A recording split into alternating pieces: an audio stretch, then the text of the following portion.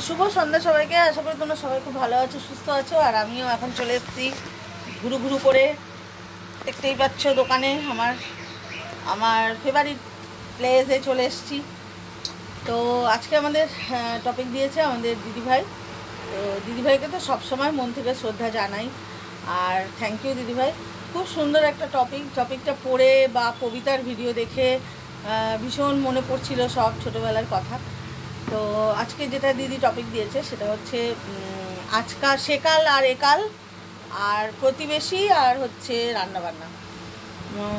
তো সত্যি অনেক কথা, ছোটোবেলার অনেক কথা মনে পড়ে যাচ্ছে আজকে টপিকটার জন্য। ভালো লাগে, খুব ভালো লাগে, শেয়ার করতে পারছি আমরা। আমাদের সব থেকে কী বলো তো, আমাদের সৌভাগ্য। মানুষ তো কেউ কারোর কথা এমনিতে তুমি যদি এগুলো বলো সেইভাবে কিন্তু কেউ শুনবে না। তো আমাদের সেই শুনুক না শুনুক, আমাদের কিন্তু একটা বলার জায়গা রয়েছে। কেউ কি ঘরে বসে চুপচাপ কি কেউ বলতে পারে? সেটা তো বলতে পারে না, কেউ বলে না, তখন লোকে বলবে পাগল। কিন্তু আমরা যেরকম অ্যাটলিস্ট কেউ শুনুক না শুনুক, তবুও আমাদের বলে আমাদের ছোটোবেলার কথা, যে কোনো স্মৃতিচারণ, যে কোনো কিছু আমরা শেয়ার করতে পারি এই ইউটিউবের মাধ্যমে। এটা একটা আমাদের সত্যিই সৌভাগ্য। তো এই যে আমাদের অনেকেই আছে যারা কমেন্ট বক্সে কমেন্ট করে, যেমন আমাদের জেভাদি। জানি হয়তো জেভাদি সেইভাবে কমফর্টেবল না, সেই জন্য ভিডিও মানে ইউটিউবে কোনো চ্যানেল নেই, কিন্তু জেভাদি কিন্তু অনেক সুন্দর সুন্দর কথা, কমেন্টগুলো কিন্তু আমি লক্ষ্য পড়ি। কারণ অনেক কথা কিন্তু জেভাদি খুব সুন্দর বলে, লেখে, যেগুলো জেভাদি হয়তো বললে আরও বেশি সবাই শুনতে পেতে ভালো লাগতো। তো যাই হোক, সে আমাদের ছোটোবেলা সেকাল আর একাল বলতে সত্যি ছোটোবেলায় আমাদের, আমরা যদিও এখনও পাড়া কালচার আমাদের, তবুও ছোটোবেলাটা একটা অন্যরকমই ছিল। প্রতিদিন সবার বাড়িতে সবার আসা যাওয়া, কি রান্না বান্না হচ্ছে, তরকারি পাঠানো, কবিতা, এগুলো সবই বলে দিয়েছে। ওর এর বাড়ির থেকে এটা, এর বাড়ির থেকে আমাদের বাড়ির থেকে ওইটা, এগুলো প্রচুর। আর আমাদের তো মানে সেই সব কিছু না ভেসে উঠছে আমার ছোটোবেলায়। আমাদের তো বেড়ার ঘর ছিল চারিদিকে, বাবা বেড়া দিয়ে রাখতো। তো সেই শনিবার রবিবার বাবা ছুটি থাকতো, শনিবার হাফ ডে করে এসে দড়ি বেড়াগুলো কোনো সময় খুলে মুলে যেত, সেগুলো তার দিয়ে আটকাতো। কারণ আমাদের বাড়ি প্রচুর গাছপালা ছিল, কুমড়ো গাছ হতো, তোমার লাউ, শিম গাছ, লাউ গাছ, জবা ফুল গাছ, টগর ফুল গাছ। এই দোকানটা আমার যেখানটায়, এই জায়গাটাই আমাদের উঠোন ছিল, তো প্রচুর গাছপালা হতো। আর যেহেতু একদম রাস্তার পাশে বাড়ি, সেই জন্য সবাই এসে দেখতো বাবা কি সুন্দর হয়েছে। তারপরে অনেক আরও আয়ুর্বেদিক গাছও ছিল, পাথরকুচি গাছ, কালো মেঘের পাতা, যেগুলো আমাদের কালো মেঘের পাতার রস করে এরকম বড়ি করে রাখতো বাবা, সেইগুলো আমাদের রবিবার করে সকালবেলা উঠে ওগুলো খাওয়ানো হতো। সত্যি আমরা কত ডিসিপ্লিনে চলেছি। এখনকার আমরা তো আমাদের মেয়েদের এইসব করিই না, খায় না, কিন্তু না, আমাদের কিন্তু খাওয়াতো। ওই জন্য আমার খুব একটা ফোড়া টোড়া এই জিনিসগুলো খুব একটা হয় না।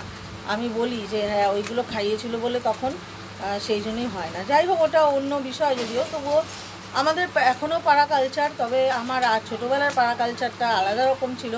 তখন সবাই সবার বাড়ি যাওয়া আসা, কি রান্না হয়েছে, এ এক বাটি তাকে দিল, তো সে এক বাটি আমাদের দিল, এরকম প্রচুর ছিল। আর আমি তো ভীষণই আদরের ছিলাম।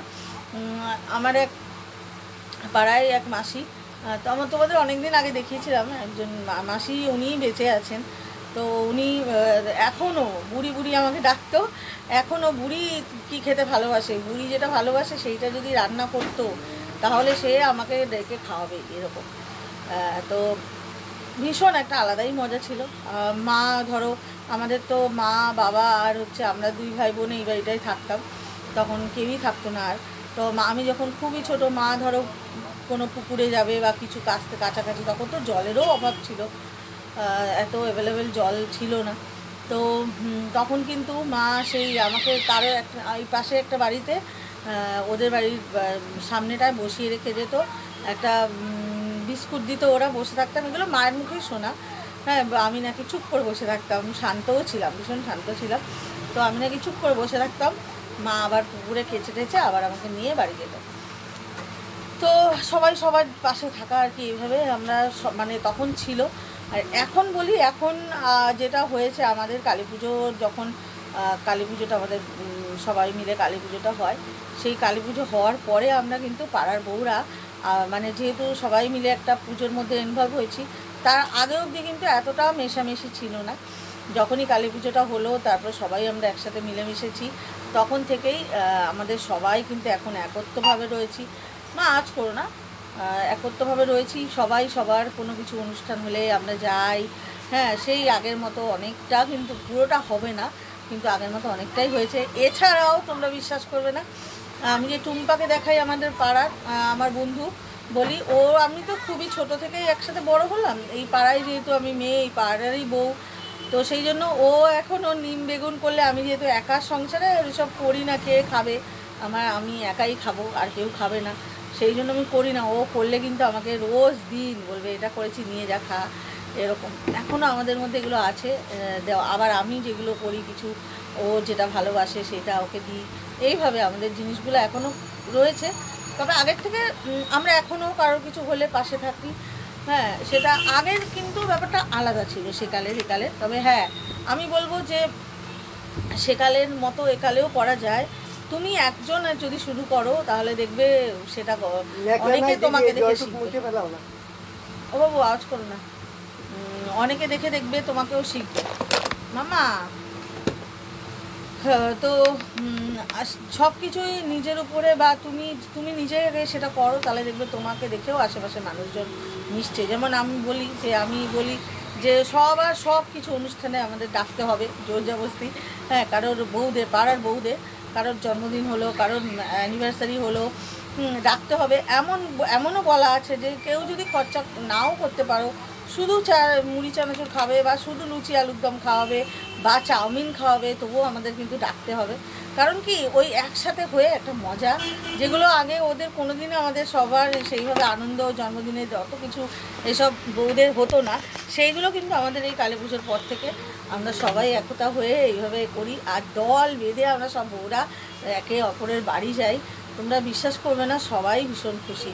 আর সব থেকে বড়ো কথা, আমরা কেউ কারোর সাথে ঝগড়া এসব করি না, আমরা খুব মিলেমিশে থাকি।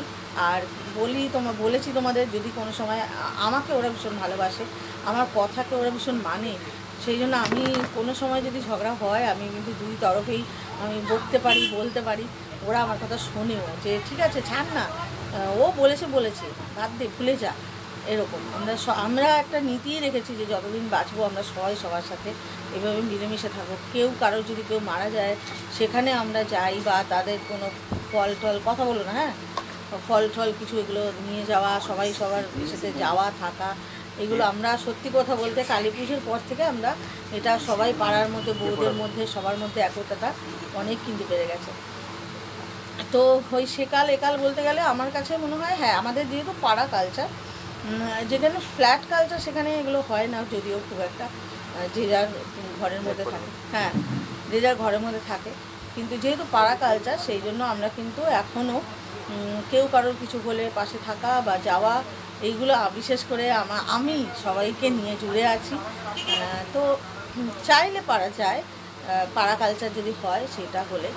আর ফ্ল্যাট কালচার হলে যেমন, বা অন্য কোথাও, হ্যাঁ, সেকাল একাল বলতে এবার আমি এখন অ্যাকসেপ্ট করতে পারি, যেখানেই হোক, মুম্বাই হোক, দিল্লি হোক, যেখানেই হোক, মিলেমিশে সবার সাথে কথা বলে দেখবে সবাই, তুমি যদি একটা ভালোভাবে কথা বলো না, তোমাকে রিটার্নে কিন্তু খারাপ কথা বলবে না, ভালো কথাই বলে।